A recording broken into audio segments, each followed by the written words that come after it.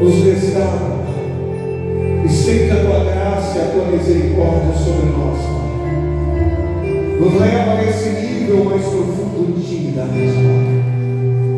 Nos leva à construção, meu Pai, de uma fé.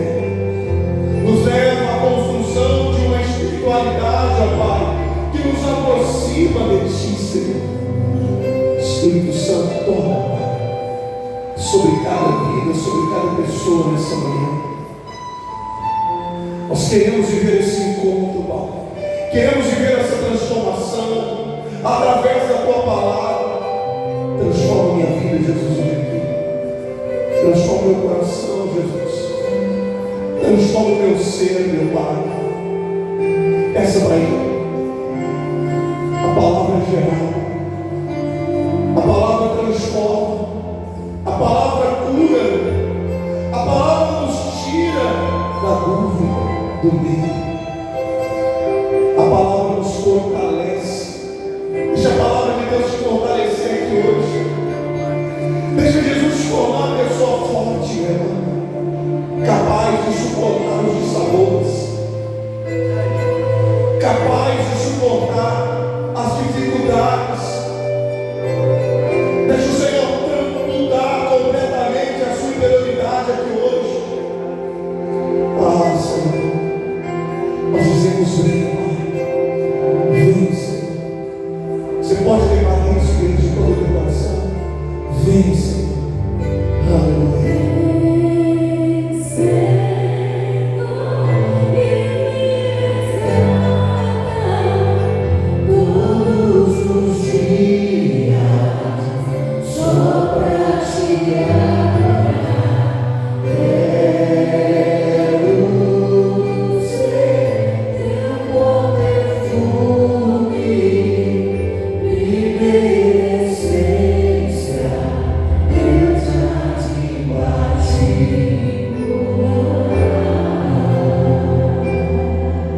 Levante as mãos para o céu e diga glórias ao Pai, ao Filho e ao Divino Espírito Santo de Deus. Aplauda o nome do Senhor, igreja. Glória a Jesus. Glória a Deus. Bom dia, Deus. Bom dia, irmãos. Pode se assentar. Sejam bem-vindos à casa de Deus. Uma manhã atípica, chuvosa, mas graças a Deus que a chuva veio. Amém, irmãos? Graças a Deus. Louvado seja o nome do Senhor. Quantos de vocês trouxeram a sua Bíblia? Abra ela no livro de Apocalipse. Apocalipse capítulo 3, versículo 7. Apocalipse é o último livro da Bíblia. Capítulo 3, versículo 7. O tema da nossa mensagem é: que igreja é essa? Que igreja? Eu quero falar da igreja da Filadélfia. Uma igreja que nos inspira a ser igual. Inspiração. Uma igreja que nos motiva. Uma igreja também que nos faz pensar. Nos faz pensar. Por que nós estamos assim? Por que nós estamos vivendo dessa forma? Uma igreja que vai nos fazer também amadurecer, porque a jornada cristã, a jornada da vida cristã, remete também ao amadurecimento. Não dá para continuarmos sendo crente e ser crente infantil, o tanto que isso pode ser prejudicial na sua jornada à infantilidade. Então eu gostaria que você dobrasse toda a sua atenção para essa igreja, a igreja da Filadélfia, uma das 7 igrejas da Ásia Menor, uma igreja que tinha uma grande produtividade de uvas. Então se imagina, se tinha muita uva naquela cidade, havia muito vinho. Era uma cidade completamente, as pessoas iam para lá para extrair o seu vinho. E eu gostaria que você prestasse muita atenção no que essa igreja ela pode nos ensinar aqui hoje. Versículo 7 diz assim: e ao anjo da igreja que está em Filadélfia escreve: isso diz o que é santo e o que é verdadeiro, e que tem a chave de Davi, e o que abre que ninguém fecha, o que fecha que ninguém o que igreja abre. Eis as tuas obras. Eu gosto da tradução assim: eu conheço as tuas obras. Essa tradução diz: sei as tuas obras. Eis que diante de ti pus portas abertas que ninguém pode fechar. Diga glória a Deus. E tendo pouca força, guardaste a minha palavra e não negaste o meu nome. Amém, igreja? Então, quando a gente olha para essa igreja, é diferente o olhar, porque até no entanto a gente não encontra nenhum sinal de repreensão da parte de Deus. A gente não encontra. A gente encontra Deus assim: conheço as tuas. Outra tradução diz: sei que vocês estão fazendo. Mas você não vê uma repreensão, uma advertência. E aí a gente começa a analisar essa igreja.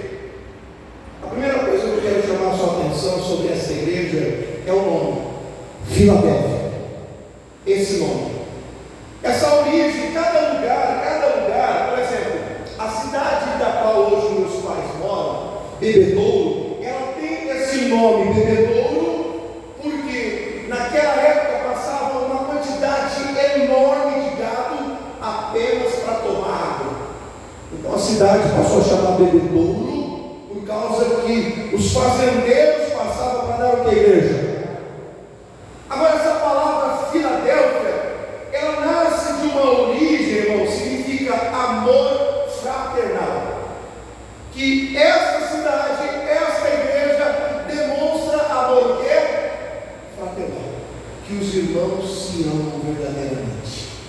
A primeira coisa que a gente aprende com essa igreja, que essa igreja tinha muito amor o quê? Fraternal. Que essa igreja transbordava nesse amor. Agora preste atenção. O que eu quero que você entenda aqui, que não era fácil ter amor o quê? Fraternal. Quem é que tem muitos irmãos? Quem tem mais de 3 irmãos? Quem tem mais de 3 irmãos? Você ama os seus irmãos? Sangue.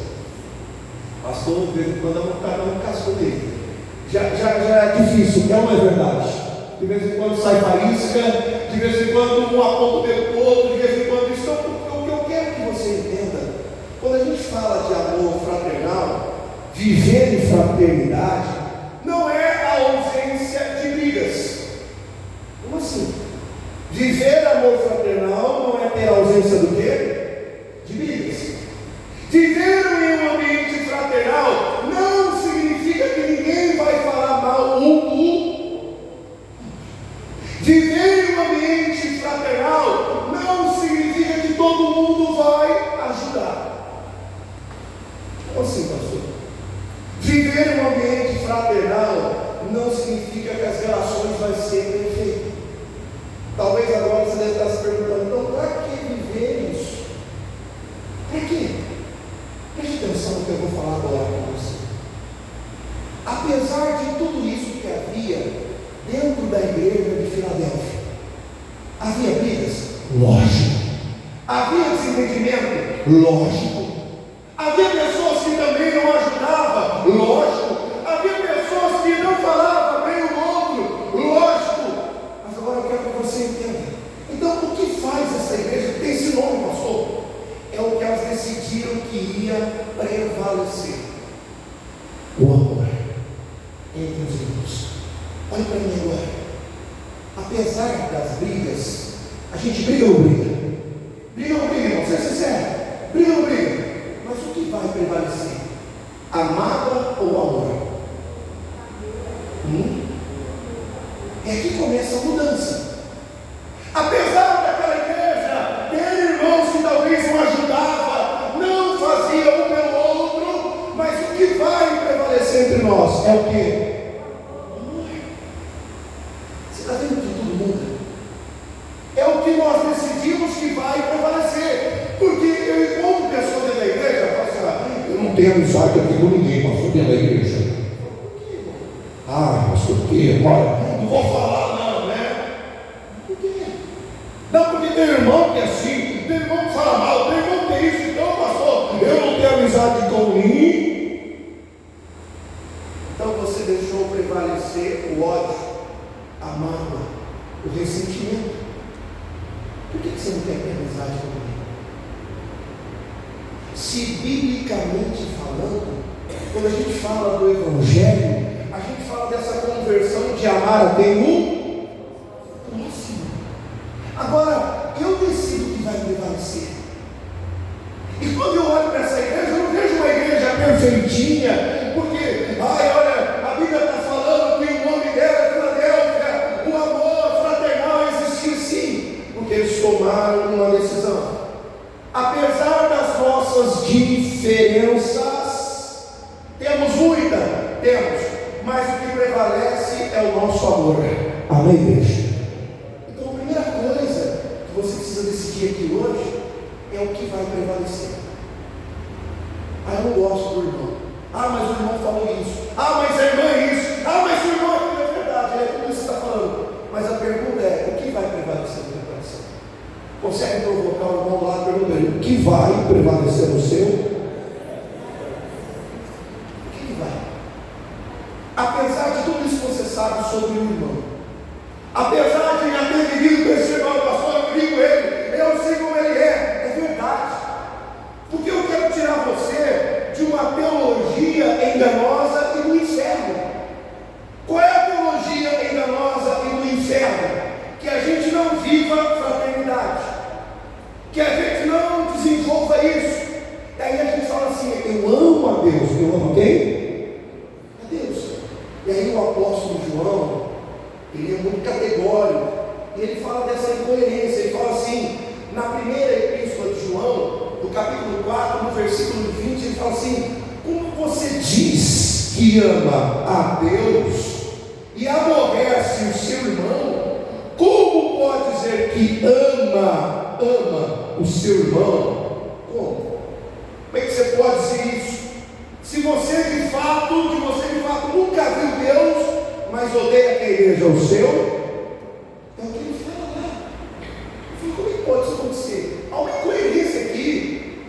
Se eu digo que eu amo a Deus, mas odeio o meu irmão, ele diz: você está sendo o que, igreja?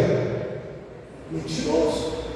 Então a gente, sem perceber, a gente vai ver uma teologia enganosa, a gente vai ver uma palavra enganosa. Aí eu falo: como é que Deus vai nos abençoar se nós não decidimos o que vai prevalecer no nosso?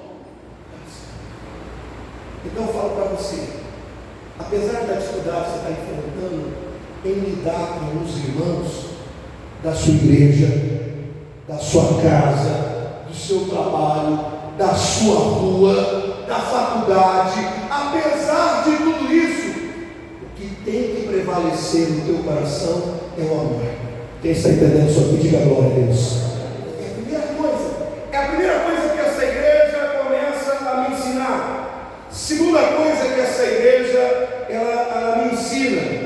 Outro texto, o versículo 8 diz assim: conheço as suas obras, ou reconheço o que vocês realizam. A gente fica se perguntando, se a gente olhar para as outras igrejas, por exemplo, se a gente olha para a igreja de Efésios, eu conheço as tuas obras, tal, fez isso, fez aquilo, tem obra boa, mas tenho contra ti que deixaste o primeiro amor. Aí você olha para outra igreja, a de Bérgamo, olha, vocês trabalham, vocês fazem isso, tem isso aqui, porém tenho contra vocês que vocês aceitam a doutrina de Balaão, do falso profeta, de engano, e vive em prostituição. Aí você olha para a igreja de Tiatira, olha, vocês têm obra, vocês têm isso, tem aquilo outro, mas tem fama de que vive, e é o quê? É morto. Olha para outra igreja e fala assim: olha, vocês toleram a obra de quem? De Jezabel. E quando a gente olha para a igreja da Filadélfia, se olha para a igreja de Laodiceia, o Senhor chamando a igreja de bom. Por que na igreja da Filadélfia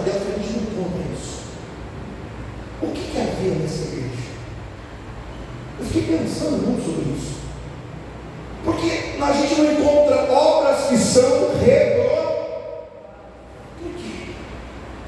Porque toda igreja aqui, irmão, não é completamente ruim, não. Tem igreja que o Senhor fala assim: olha, eu voltei e as obras de vocês estão maiores do que as primeiras, mas o problema de vocês é que vocês toleram a obra de Isabel. E a igreja de Filadélfia você não encontra. E eu fiquei pensando muito sobre isso, porque existem pessoas também assim, que elas têm obras, né? Você olha para aquela irmã e fala assim: meu Deus, esse irmão ajuda tanto, esse irmão ajuda tanto, essa pessoa é assim na igreja, essa pessoa é dessa forma, nossa, como ela é prestativa, e aí você não consegue entender algumas coisas, porque a vida dela verdadeiramente ainda não flui. Quando eu olho para a igreja da Filadélfia, o que ela está me ensinando, igreja? Ela me ensina uma coisa muito importante na minha jornada cristã, e eu quero que você aprenda aqui hoje: a integridade. Diga comigo: integridade. Pastor, o que é integridade? Integridade é tudo aquilo que você faz quando ninguém vê. Tudo aquilo que você faz quando ninguém. Se você perceber, todas as obras que o Senhor mostra sobre essas igrejas são obras que são assistidas, que você conhece. Por exemplo, vamos imaginar aqui, ó, se você traz uma cesta básica aqui nesse exato momento, todos nós aqui como igreja estamos assistindo a sua generosidade. Nós estamos assistindo. Poxa, irmão, Deus abençoe. Você trouxe 30 cestas básicas aqui, louvado seja o teu nome. Olha, irmão, você é demais, cara. Estamos assistindo. Estamos glorificando o irmão é prestativo, é isso e tal. Mas essa relação é para com os homens. A relação de fato que Deus se relaciona comigo e com você é outra. É quando ninguém vê. O seu relacionamento com Deus é quando ninguém. Diga para o irmão que está só assim: quem é você? Quando ninguém vê. É aqui que começa a nossa jornada de maturidade. Porque na nossa subjetividade, nós começamos a achar que somos bons. Nós começamos a achar isso sobre nós. Espera aí, eu faço, eu sou, e tal, e isso, aquilo, outro. E a gente começa a cobrar a Deus pelas obras que a gente faz, que as pessoas vê. E de repente Deus fala assim: eu te conheço.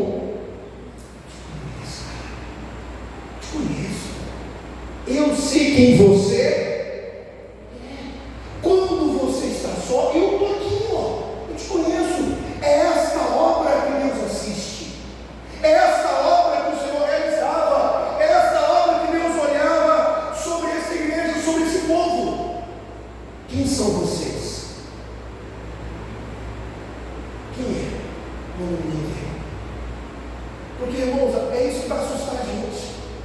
Porque a gente vai olhar para algumas pessoas, a gente vai admirar elas, a gente vai ver aquelas pessoas e falar: meu Deus, olha, ela faz tanta coisa, esse irmão ajuda tanto, essa pessoa faz isso, né? A gente assiste boas obras, mas Deus assiste o nosso coração. Quem está entendendo, diga glória a Deus. Você consegue dizer isso no alto? Deus assiste o teu coração.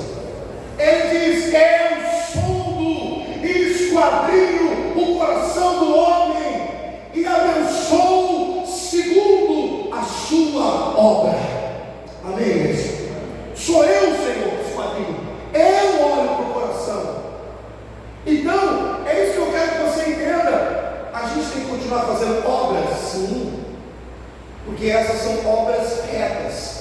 Lembra que Deus fala a respeito de Jó? Um homem reto e íntegro. Não é assim que a Bíblia fala? Homem reto e íntegro. Então, retidão é tudo aquilo que a gente faz que as pessoas assistem. A integridade é tudo aquilo que eu e você fazemos, praticando, quando ninguém está. E aí está. Quem nós somos na internet? Quem você é diante da ceia? Quem você é no trabalho? Quem você é nas possibilidades? É sobre isso que a gente tem que começar a avaliar em nós. Porque aonde é que eu preciso mudar? Aonde é que eu preciso ser transformado? É nessa hora. É quando ninguém está me assistindo.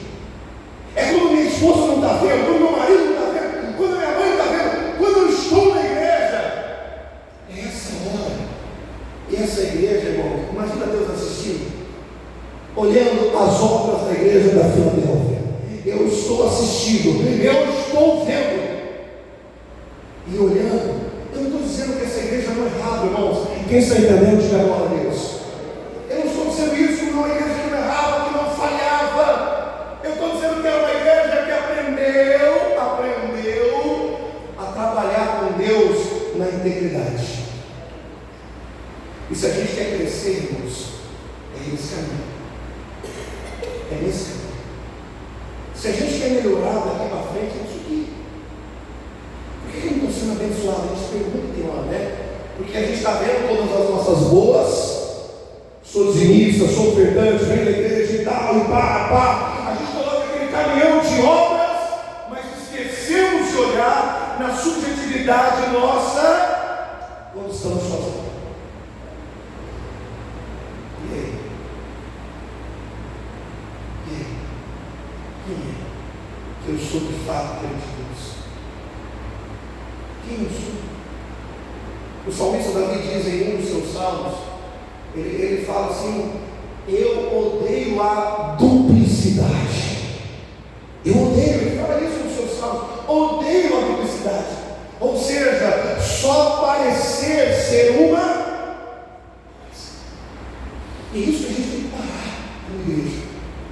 Querer só se apresentar. Nós estamos no mundo hoje, o que vale mais é a aparência. Para os homens, sim, mas para Deus,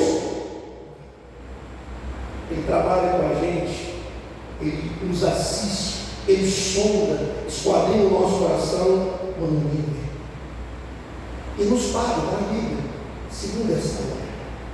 Então, quando eu olho para a igreja de Laodiceia, havia uma integridade muito grande. Muito grande. Não é que não havia falha. Eles pecavam, sim, mas pediam perdão. Falhavam, mas se arrependiam.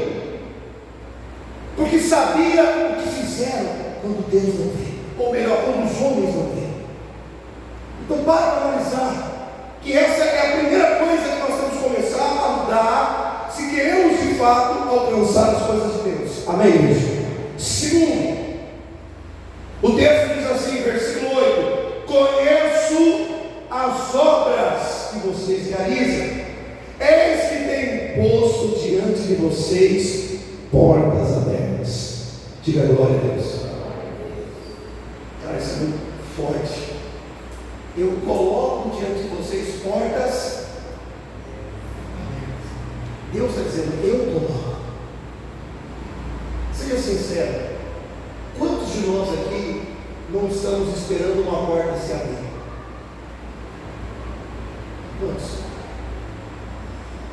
Quantos de nós aqui não estamos esperando uma porta o quê? E aí, deixa eu dizer uma coisa para você.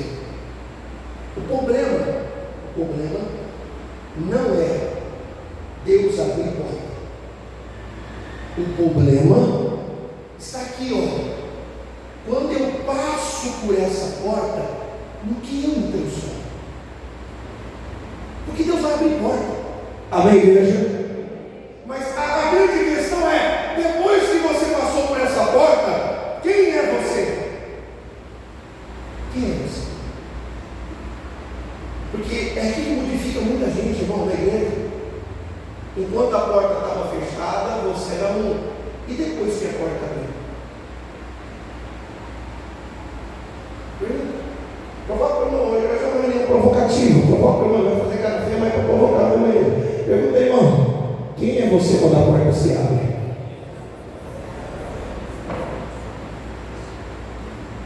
Quem é?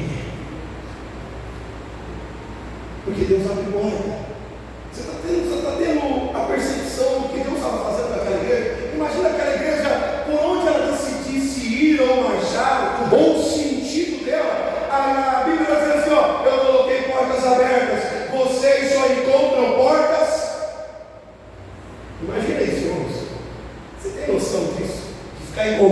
portas o quê? Abertas. E aí eles passavam por essa porta, passavam para aquilo que Deus estava colocando diante deles. E quem que eles se tornavam? Continuava sendo o mesmo. Eu falei aqui na sexta-feira, quem veio no culto da sexta-feira, eu falei sobre Sansão. Então quando Deus abre uma porta, Deus também está me delegando poder. Deus está me dando o quê?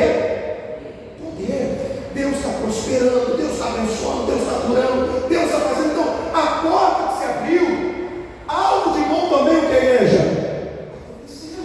Algo de bom também me elevou. Algo de bom transformou minha vida. Agora, quem sou eu depois que passo pela porta? Porque é aqui que muita gente se perde. Só foi você ter mais dinheiro. E agora? A porta se abriu. Não era que você estava esperando tanto dinheiro. Senhor, eu preciso. E abriu, e aí? Quem é você com mais dinheiro? Agora você está curado, você vem aqui. E agora? Eu já vi gente dizer assim, pastor, unge meu carro. Pastor, que bênção, unge meu carro, pastor. Porque agora, pastor, eu não vou deixar mais de vir na igreja. E aí eu falo, eu já ouvi isso antes. Eu já ouvi isso antes. Quem era você? Quando vinha de a pé? Mas bate chuva, mas agora tem coragem de tirar o carro da garagem. É assustador. Porque algumas portas estão fechadas. A gente deveria fazer essas perguntas. Por que algumas portas estão fechadas na minha? Porque Deus conhece você. Quem não se conhece é você. Porque depois que você passar por essa porta, muitas pessoas se perdem. Quantos reis na história de Israel se perdeu? Quantos? Vamos pegar o primeiro rei, Saul. Deus chama ele, Deus falou assim, achei um homem da tribo de Benjamim para ser rei sobre o meu povo. Coloca Saul, um homem alto, bonito, capaz. Deus unge, Deus abre, passou pela porta. Mas eu acho que é melhor destruir. Vai lá e destrói completamente os amalequitas, porque lembrei da maldade que eles fizeram contra nós. Quando estávamos subindo do Egito, eles se colocaram contra nós. E chegou a hora. O que eles fizeram? Mataram todo mundo? Não. Fizeram o que Deus mandou? Não. É isso que eu quero que você preste atenção. Se Deus abrir a porta para você, quem você será quando passar? Quem você será? Porque é sobre isso que se trata, irmãos. E às vezes Deus até abre porta, mas você está vendo? É essa porta que eu abri. E o que você se transformou quando você passou por essa porta? Bom, depois que você passou por essa porta, você me abandonou. Depois que você passou por essa porta, você não adora mais. Depois que você passou por essa porta, você não tem tempo mais para orar. E aí, a gente esquece também. O que a gente esquece? A Bíblia está dizendo aqui nesse texto: eu sou o que abre porta. E o que? Eu sou o que abre. Eu sou o que? A gente esquece. A gente acha que agora a glória é nossa. Eu passei por isso. A gente começa a criar. Eu falo para vocês, irmãos, se você pegar na Bíblia, o rei Ezequias estava à beira da morte. O profeta vai lá, passa de figo nele, ele é curado, dá 15 anos de vida. Olha, livra ele do rei da Síria que estava na sua porta. E a Bíblia diz assim, e o seu coração se exaltou. Ezequias passou pela porta da cura, passei. Deus livrou, não preciso mais de quem? E é o que a gente tem assistido. Por isso que eu quero que você analise isso, se as portas estão fechadas e por que elas estão fechadas. Faça uma autoanálise em você hoje. E se Deus abrir a porta, quem você será? Se as portas se abrirem daqui para frente, o teu salário triplicar, aumentar, crescer, quem você será? Se você ser curada, quem você será após a cura?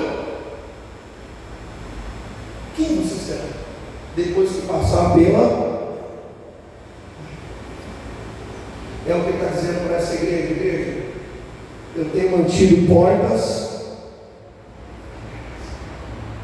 Olha o nível. Eu tenho mantido portas. Porque eu sei que apesar dessa igreja passar, encontrar a porta aberta, essa igreja continua comigo. Diga glória a Deus. Diga assim comigo, assim, ó, põe a mão no seu peito e assim, Senhor, eu creio que o Senhor vai abrir portas na minha vida. E eu quero, a partir de agora, sempre continuar com o Senhor. Amém, igreja? Sempre. Sempre. Continuar com quem? Com o Senhor. Sempre. Porque não esquece. Quem abriu, tem também poder, porque, igreja, não esqueça. Não esqueça disso. Quem abriu tem poder para fechar. Outra coisa que a gente aprende sobre essa igreja, no próprio versículo 8: conheço as obras que vocês realizam, eis que tenho posto diante de ti, vocês uma porta aberta, que ninguém pode fechar. Sei que vocês têm pouca força, mas guardou a minha palavra e não derrubeu. Não. Sei que tem pouca força. Tem pouca. Vem cá, Aguimar, por favor. Vamos imaginar, só imaginando, que o Aguimar tivesse pouca força para andar. Se o Aguimar tem pouca força para andar, vem cá. Chegaria um momento natural que eu iria ajudá-lo. É ou não é verdade? Ele tem que ajudar o Aguimar, porque o Aguimar tem pouca força para andar. Então, o que isso está representando? Que o Aguimar depende de quem? Porque tem pouca força. Eu vou precisar ajudar o Aguimar em muitas situações. Peraí, ó, deixa eu ajudar o Aguimar a descer a escada, porque se eu sou soldado do Aguimar, ele pode o quê? Cair. Eu estou falando isso aqui, obrigado, Ricardo. Mas ontem eu cheguei no mercado, um senhor paralítico, né? Cadeirante, estacionou o carro, e aí só estava a mãe. A mãe devia ter uns 70. Aí imagina, ele tem que sair da cadeira, entrar no carro e puxar a perna. E aí eu acabei sentando no carro, saí do carro, aquela cena bem de frente. Ele falou: mãe, vai, mãe. E a mãe, como? E eu falei: posso te ajudar? O que eu posso fazer aqui? Me ensine. Tem todo parado, todo jeito para entrar no carro. Ele falou: o que eu preciso de você que você erga a minha perna e coloca no carro. Eu peguei a perna dele, passei para cá, peguei a outra, passei para cá fora. Tá bom. Ó, agora só falta guardar a cadeira de roda. Aí eu falei para a mãe: como é que guarda essa cadeira de roda aqui? A cadeira cheia de traineiro. Eu falei: como é que desmonta? Ela falou: puxa aqui no meio e tal, dobra aqui, guardei e tal, coloquei no porta-malas. Falei: filho, obrigado. O que eu quero que você entenda? Se você olhar para tudo isso, era para essa igreja ter muita força, mas ela tinha pouca força. E quando você tem pouca força, você aprende a depender. E quando você tem pouca força, você sabe o quanto você precisa orar. Por que você tem que orar? Porque eu tenho pouca. Eu falei aqui na sexta-feira sobre Sansão. A Bíblia mostra que Sansão só orou 2 vezes. Quantas vezes? 2 vezes. Você encontra. Sabe qual vez que ele orou? Ele orou quando estava com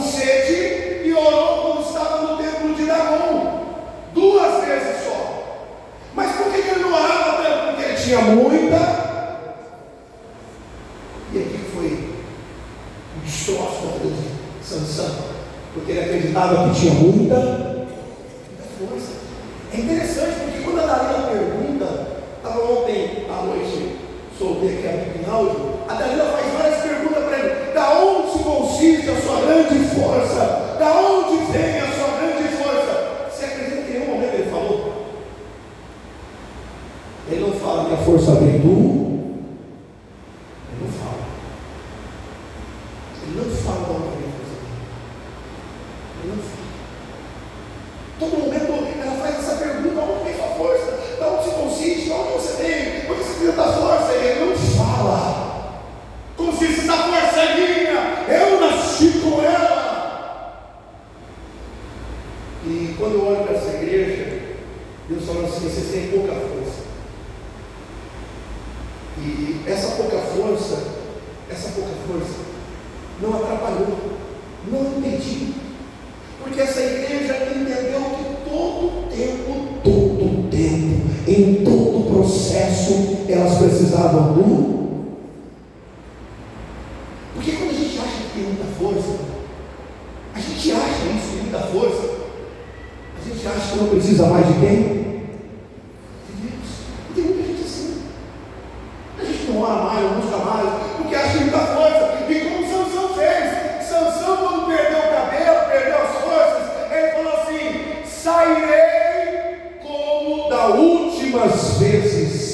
E a Bíblia fala assim: mal Sansão sabia que o Senhor havia se retirado dele. Ou seja, eu não estou mais. Vai na tua força, Sansão, quero ver. Vai na tua força. É interessante que o profeta Zacarias fala a mesma coisa para o rei Zorobabel: não por força, nem por violência, mas pelo meu espírito. Quem? Senhor, pelo meu espírito. Deus estava colocando o Zorobabel como rei, e o Senhor fala para ele isso: não vai pela sua força, mas vai pelo meu poder. E isso que eu quero que você entenda. Essa igreja está me ensinando, irmão, uma coisa tão poderosa na nossa vida cristã, é aprender a ir pela força de quem? Deus. Eu não tenho força. É interessante que Josafá também aprendeu isso. Josafá falou assim: Senhor, quando a gente vive soldados, exércitos mais forte do que o nosso, nós entraríamos no templo do Senhor e invocaria o teu santo nome, e o Senhor depressa viria e abateria os nossos adversários. Aí quem está falando? Eu dependo. Por isso que eu venho para o templo para orar. Amém, igreja? Porque dependo. Eu não tenho forças. E é interessante olhar para esse lado, para essa perspectiva. A gente está falando de uma igreja que está dizendo: vocês têm pouca força, mas vocês guardam a minha palavra. Vocês têm pouca força, mas conseguem vencer a perseguição. Não negam, porque toda vez vocês encontram força em mim para se reerguer. Vocês encontram força em mim para continuar. Vocês encontram força em mim para se levantar. Vocês encontram força em mim para prosseguir. Quem está entendendo isso aqui, diga glória a Deus. Você tem força. A força está no Senhor. Ele é a sua força. Agora, quando você fizer a sua força, vai. E é o que a igreja da Filadélfia, ela ensina. Ela ensina que não importa a minha força, importa em quem eu coloco a minha força. O salmista Davi diz: uns confiam em carros, outros em... mas nós fazemos menção no nome do... Quem é a minha força? Minha força é Deus. Minha força está no Senhor. É quando eu entendo que Deus vai abrir porta, mas as portas que Deus abre na minha vida, eu não quero perder a minha essência, a minha igreja. Eu não quero. Porque Deus abre, e vai abrir muitas, amém, irmãos? Como abriu para essa igreja, a gente encontra essa igreja, passagem livre, e não perde a essência. Coloca no seu coração hoje que eu aprendo com essa igreja? Integridade. A relação com Deus, ela não é o que os homens assistem. Não é. A relação com Deus é aquilo que Ele sonda no meu. Por isso você vai encontrar tantas frases daqui: sonda o meu, sonda o meu, sonda, esquadrinha, sonda, esquadrinha, vê se há em mim algum caminho. Integridade. Coloca isso hoje no teu coração. Coloca isso hoje na sua vida. Se o que você está fazendo é apenas assistido pelos homens, você vai ter aplauso dos homens, mas sempre a reprovação de quem? Coloca no teu coração, a partir de agora, viver em fraternidade não é a ausência de problemas, mas é quando eu tomo uma decisão no meu coração do que vai prevalecer. Olha, meu irmão fez isso e tudo, e não é fácil. Já assisti tantos casos, tantas brigas entre irmãos, entre família, irmão, que não está escrito. Tanta coisa já chegou até mim, né? Imagina cada coisa, e a gente decidiu que vai prevalecer. Se é o dinheiro que vai prevalecer, pastor, mas ele me deu um desconto de dinheiro, ele fez isso, ele comprou meu nome, não pagou, é o meu irmão, pastor. Verdade. Mas você tem que decidir o que vai prevalecer. O que vai prevalecer? O amor ou a raiva? Você vai continuar ressentindo, não vai falar com meu irmão na igreja mais, porque os irmãos fizeram isso comigo, porque naquela época só tinha um grupinho nessa igreja, porque é verdade, tu acorda, é verdade. O que vai prevalecer? O amor ou a sua raiva com aqueles irmãos? É você que decide como será a sua vida cristã daqui para frente. Amém, igreja? Vamos aplaudir Jesus de forte.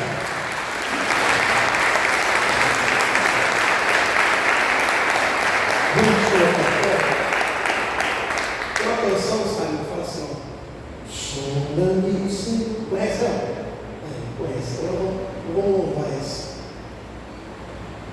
Vamos colocar de pé. Vamos adorar o Senhor.